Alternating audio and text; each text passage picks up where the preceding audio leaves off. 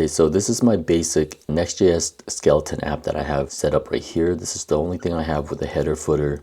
Then I have this little menu in here where I can sign in, and that's where I'm going to use the authentication to pop up the menu where we can sign in. And this is what I'm using to sign in with Auth.js. So you can go to Auth.js.dev, and this is just an upgraded version of the Next Auth. So let's go into here. Here's my application right here. I just did an npx create next app, very simple, and I added in the header and footer. But right now, let's install Next Auth. So you do npm install next-auth. And really that's the only thing you need. First, I'm gonna do the example of logging in through our social accounts such as GitHub or Google. And we're gonna start with that first. I'll show you my package right here. You see I installed NextAuth so you can see the version. And I installed bcrypt and Supabase so I can show you the other credentials and other logins after, but we're gonna do the very simple login right now. So what I like to do is to do our little setup first by creating inside of our components folder a file called session wrapper. And then inside of here, we're going to say use client. And we're going to import the session provider. This is from NextAuth right here, session provider. And then export default function session wrapper. And this takes in the children. Okay. We're going to return the session provider. And between that, we're putting the children. So you'll see why in a minute, because we're going to wrap this around our layout. We can close this, close the component, go to the app folder, and under layout, we're going to import that. So import session wrapper right there. And then you can really just wrap it around this whole HTML, or you can wrap it around the body section right here, session wrapper. As long as you get it where it wraps between our whole coding between here, because everything we're coding is like it goes right into the body. And that's all you need to do with this session wrapper, because now as we're using our authentication, it puts everything inside the session wrapper. And if you remember how params are passed through all the sessions and everything, this is the parent, so it passes it all through to the children in here. So that's why we called it children in here. If you remember how we program out this parameters by passing by parameters, this is passing the children. See, and this whole thing gets wrapped. So yeah, that's how it works, and that's all we need to do with the layout. And now the fun part. Let's go back to the app folder here, and you're going to create a folder. We're going to call this API/auth. This is another folder called auth/, and then we're creating ... next auth.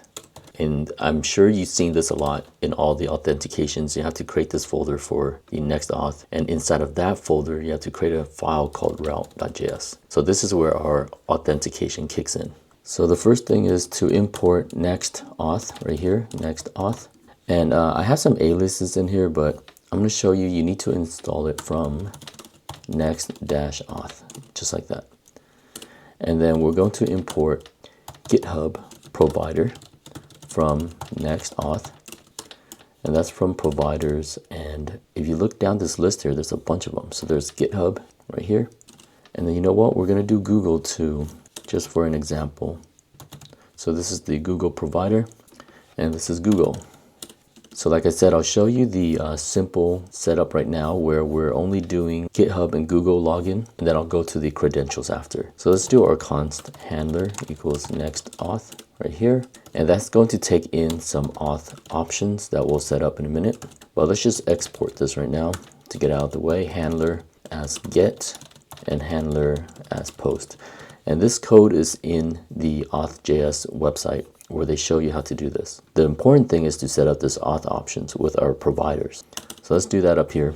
Const auth options right there. And this is an object. So we need to put some providers in here. Providers. And this is an array of providers in here. And one of the providers is the GitHub provider right here.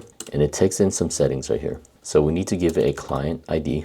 And we're going to set that up using our env file, right? So process.env.github ID. So that's what I'm going to create in a minute. But let's just copy this because we also need the client secret. And then we'll make this the secret. So the Google one will be exactly the same. So copy that, paste it here, and just make this Google provider. And you see, like, they all take the same thing. It all needs an ID and a secret. So this will be Google ID, Google client ID, and this is a Google client secret. So now let's create our env file. We're going to close this up. Go to the root here, new file .env.local. So I already have my GitHub ID that I set up, but it's going to look like this.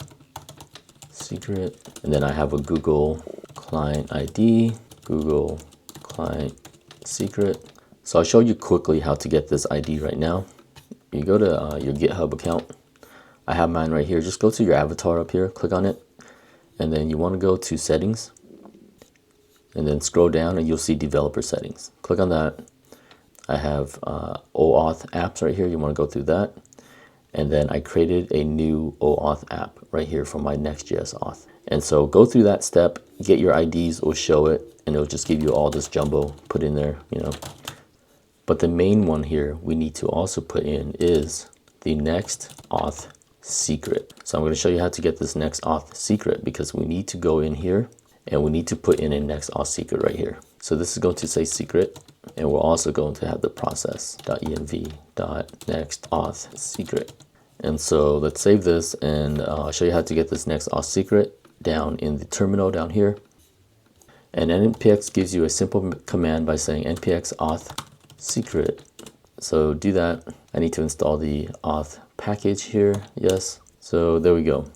You can do this, copy that, put it into the next auth secret, or you can type into your terminal this command, openSSL rand-base 6432. It will generate a secret key for you. You can copy that, you put it in here. So, you know, doing the npx auth secret, it's the same thing as running this command, pretty much. And then the last important thing you need is the next auth URL. And we're sending that to our local host right here, because that's where we're running it from, localhost 3000. Okay, so you need all this information. Fill out all yours, and that's really all you need. Save that up.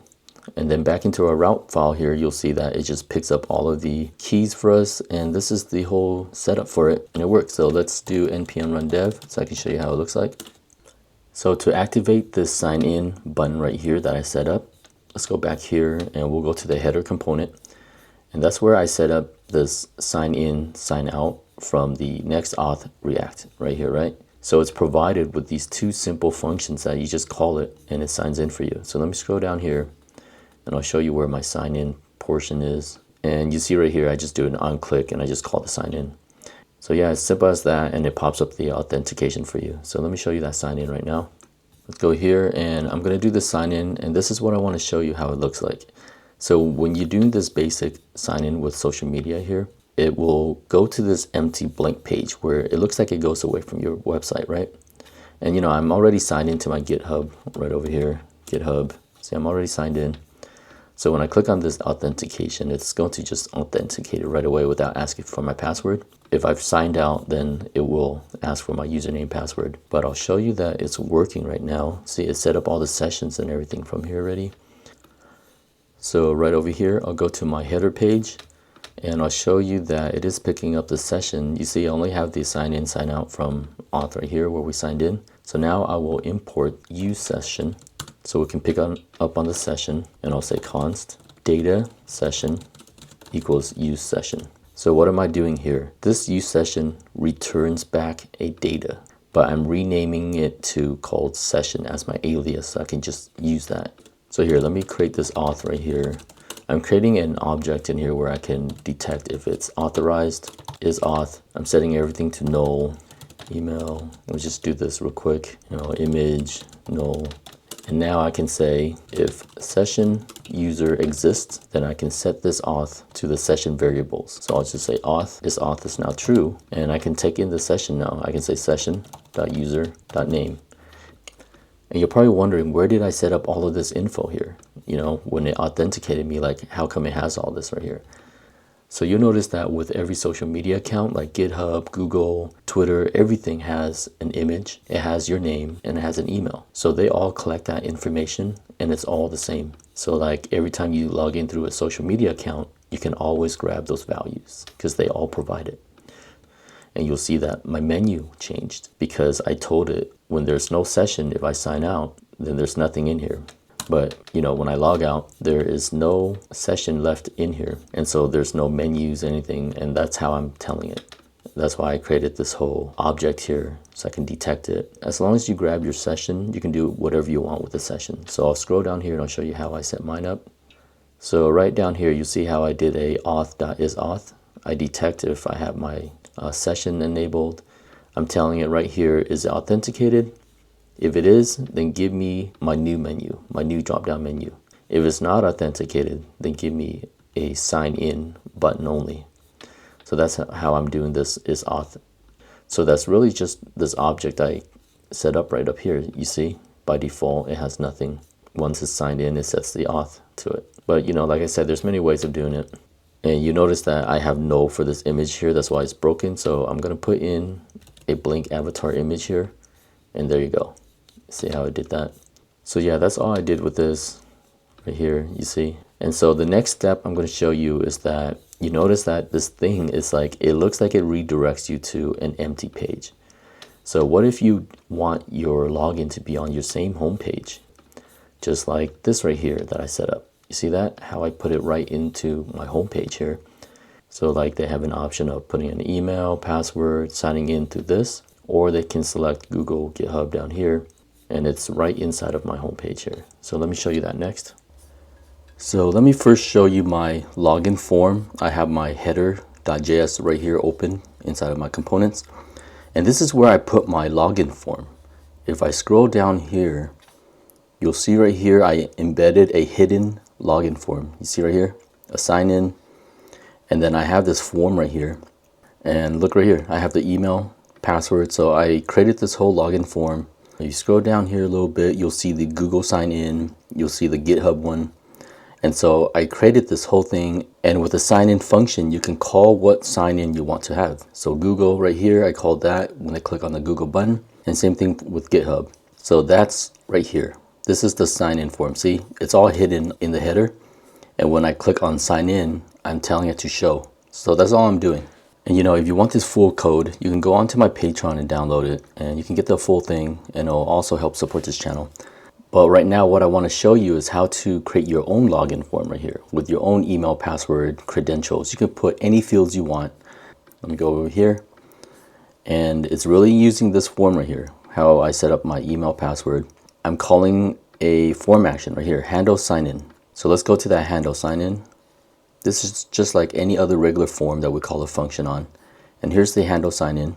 And I'm taking in the form data. I get the email, password. And then look at this. I'm passing it to a sign in, but I'm calling credentials instead of Google or GitHub. And then I pass in an object with my email, password. And then it has this other option here that I'm telling it, don't redirect me. Give me all the errors back here and I'll display it on my own form. So that's what I'm doing right here. See, I'm getting the error and I set my login message. So that's how you do it. And let's go into the route now so I can show you how to set up this credentials. So we'll go route right here inside of our API route again. So the same thing in here, let's import a credentials. I'm going to copy this, paste it here, and call this credentials with the uppercase C, credentials. And this is credentials right here.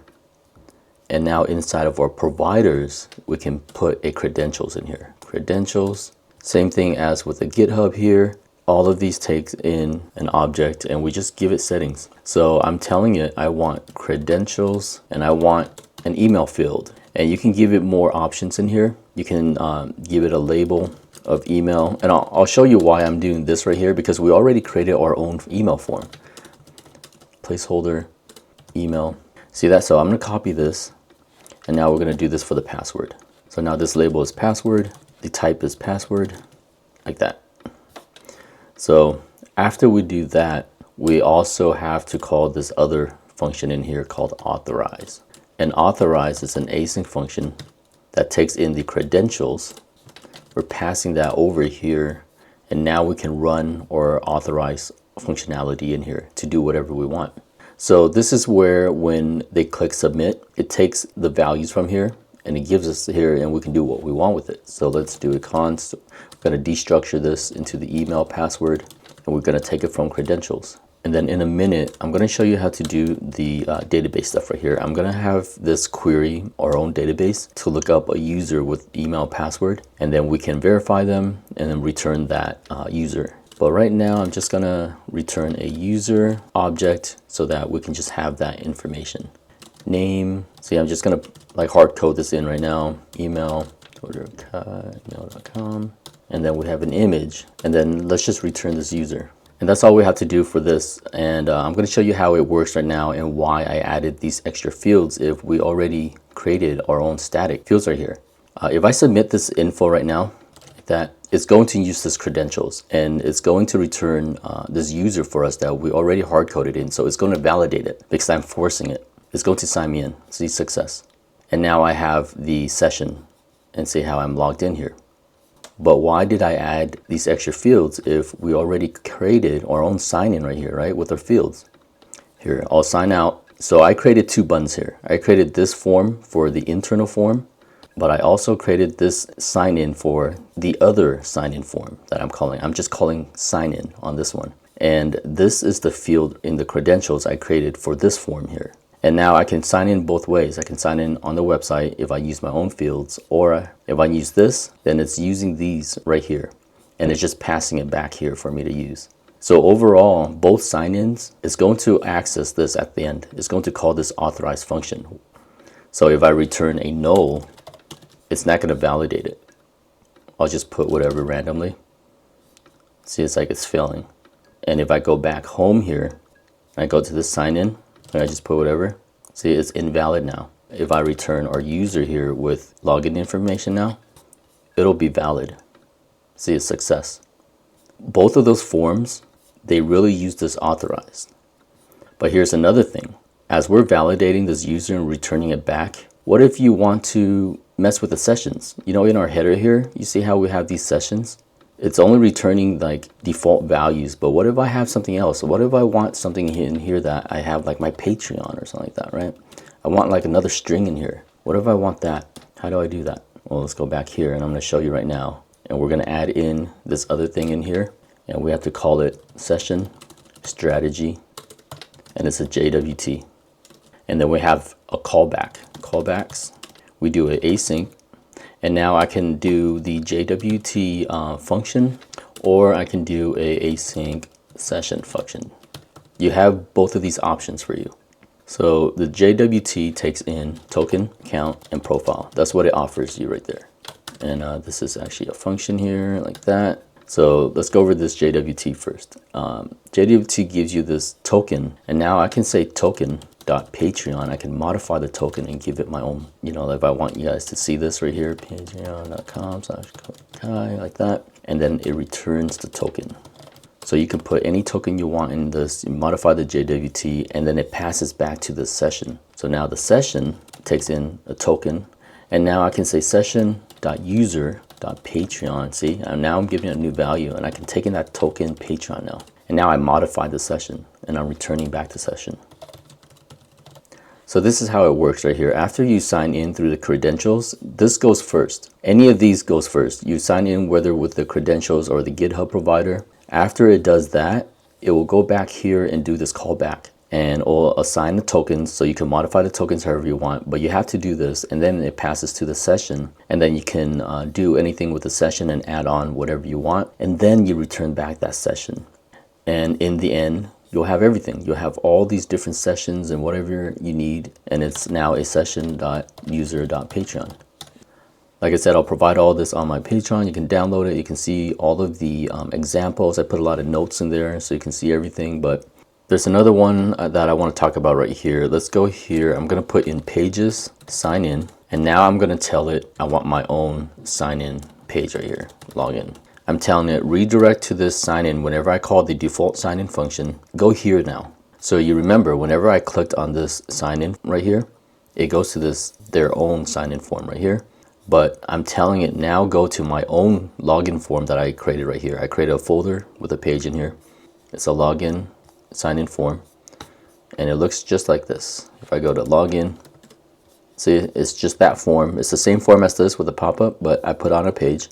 So let's go back home, and let me save this now because I'm telling it redirect here now. So let's go here. I saved it, click on sign in, and look at that, it redirects here now. So now anytime I do all these stuff here, like all the callbacks and all this, at the end it's going to go to this login form pretty much. anytime that it needs to go to this login form. Whenever you call the default sign in, it's going to go here now. And why am I showing you that? Well, it's good because you notice that in my header here, whenever I call the sign out, you see that? Like, look, I changed this to buttons, but if you do a link in here and you put an href, do a logout, you can have your own logout now. I don't have to do this sign in function in here. I can just create this as a link to logout. And then look at this. I created my own logout right here, right? I go to this page. Here's my logout page. I'm using the session and I'm saying, hey, is there a session? If there is a session, then just sign me out. And then it's going to have my own custom sign out after I do this, instead of like people don't know that they're signed out or what. You can have your own custom message now, and you can say you are now logged out. So yeah, that's how you can utilize these right here. I can even create a login page here and have this just say sign in whenever I go to the sign in page, and it'll just sign me in. So yeah, I just wanted to cover that, but right now we're gonna go and create our database part of this, and then we're just gonna wrap it up, and then I'll see what else I can give you tips on the final part of this. I'll show you how to check the database to see if the user exists, because right now this is just static. We're gonna check our database now. We're using Supabase, connect to it, check the email, password. We'll do some hashing, check the passwords too. Then we'll return it back, and I'm gonna modify this with our Patreon, return the whole session back, and I'll show you how that works. And that will just wrap it up. All right, so to connect to our database in here where we can check our users, what I'm using is npm install bcrypt-ts. That's right, I'm not using the old bcrypt because I tried that one out and it didn't work, so I'm using this. And then I also need to install the Supabase plugin, supabase-js. And I'll show you my package right here. This is the versions that I'm using, okay? And then let me quickly show you my database connection here. If you watched my database connection video on how to go through all of the Postgres databases using Neon Tech, Supabase, all that, I show you all this process already. So that's my connection right there. Very simple. Go through my tutorial, you want to see that. I'm not going to cover this again. And then back into our route.js file right here, we need to import that. So import Supabase right here, Supabase client. And now I need the compare sync. And this is from our bcrypt-js because I'm comparing my password now that I hashed out. Let's go down here.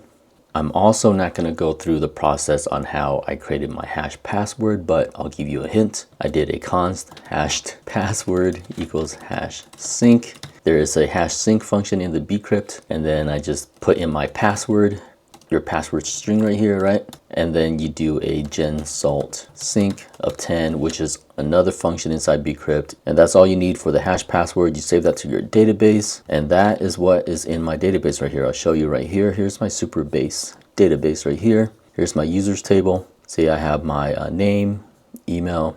Here's my avatar in here, and here's the hash password right here. So it's a secret. So now we need to decrypt that as we grab it from our database. So let's get our database. Const data error. This is the same from our tutorial if you watched it. Await supabase.from. Now I'm querying my table users, right? It's my users table. What do I want to select? I'll select everything. And I'm telling it if the email is equal to our email and if the password is equal to the password. Very simple, right? Very straightforward. So it should only pick up my one user now. And I'm going to do a const user equals our data, which returns in an array. So it has one object in there. So I'm just taking that right there. And I'm saying if there's a user, and then let me just remove all this right now. That's not showing me any errors. Then now I need to decrypt the password. So const decrypted password equals compare sync. And we're comparing the password, which is from this right here, the credentials password, the user password, our user.password. And this user.password is from the database right here. So we're comparing those two passwords, and I'm saying if decrypted password, then let's return our new object with the name, user.name, email, user.email, image, user.avatar.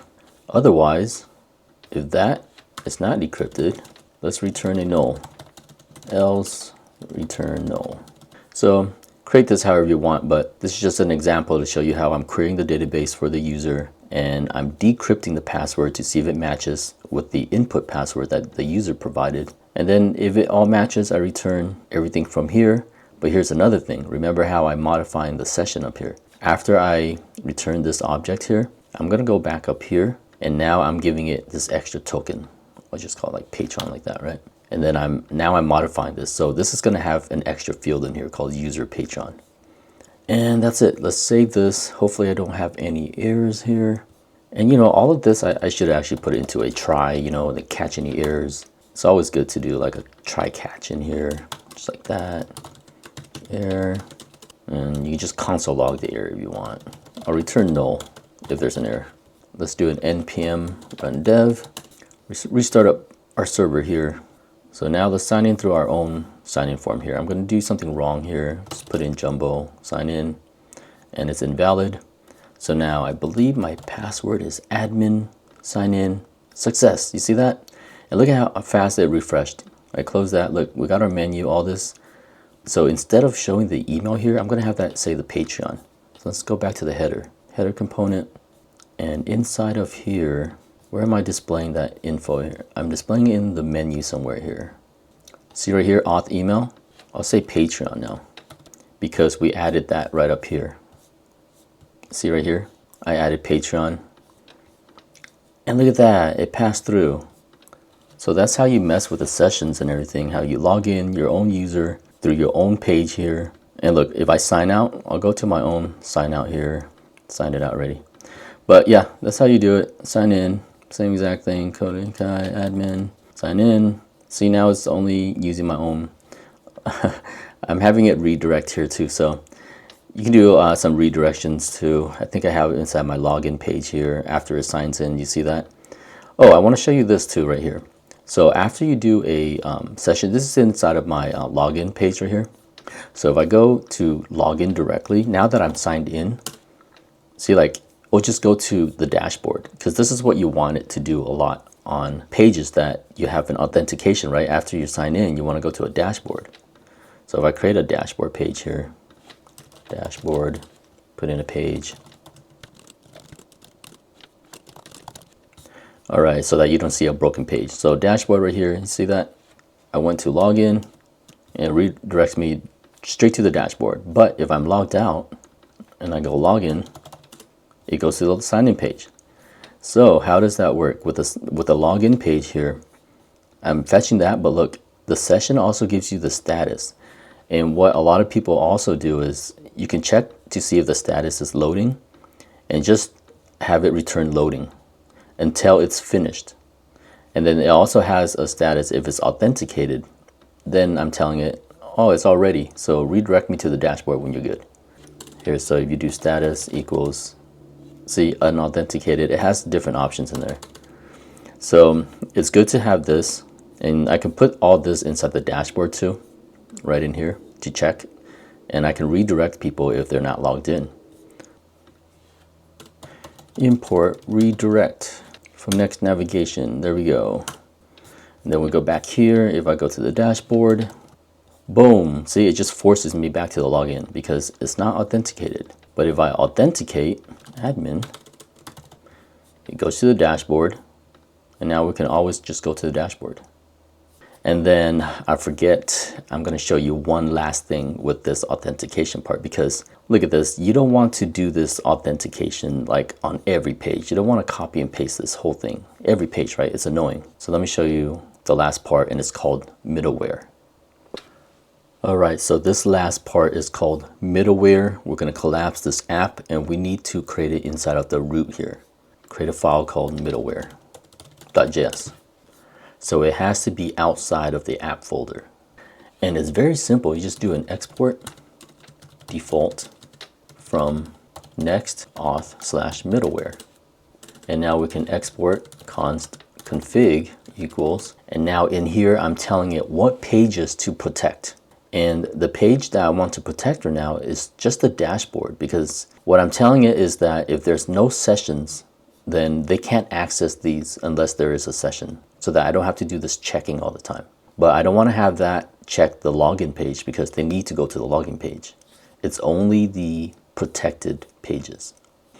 Right in here, we can say matcher, give it an array, and we can tell it now /dashboard, and I can tell it any path that I create inside of the dashboard, including the dashboard page. All of the pages in here, the parent directory and everything in its children, protect those pages. They can only access the page if they have a session. If you don't want to give it all pages like that, then you can tell it individual /dashboard/user. You can do individual like that. So now inside of our dashboard page here, I don't need this unauthenticated stuff anymore. I can check if it's loading still and do that, but I don't need to redirect and all this other stuff anymore here. I can remove it. And then if it's logged in, I'll put that, and I can just say like session.user.name. Save that dashboard. I'm in dashboard, it shows a name. Let's log out. I'm not logged into the dashboard anymore. And you see now if I just type in dashboard, it just goes to the sign in page because that is the default sign in for the route right here. I'm telling it go here anytime it's unprotected if someone's trying to access it. And you see right here, I'm not doing any redirect. It's caught in the middleware. Pretty cool, right? And that's gonna wrap it up for this. Hope you guys enjoyed it. Hope this helped you guys out to understand how authentication works.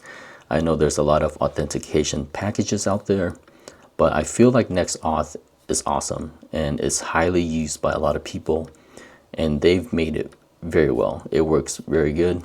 Yeah, that's how you do it. All this code is on my Patreon. If you want to view it, go download that. And I will see you guys in the next tutorial. Kodokai out.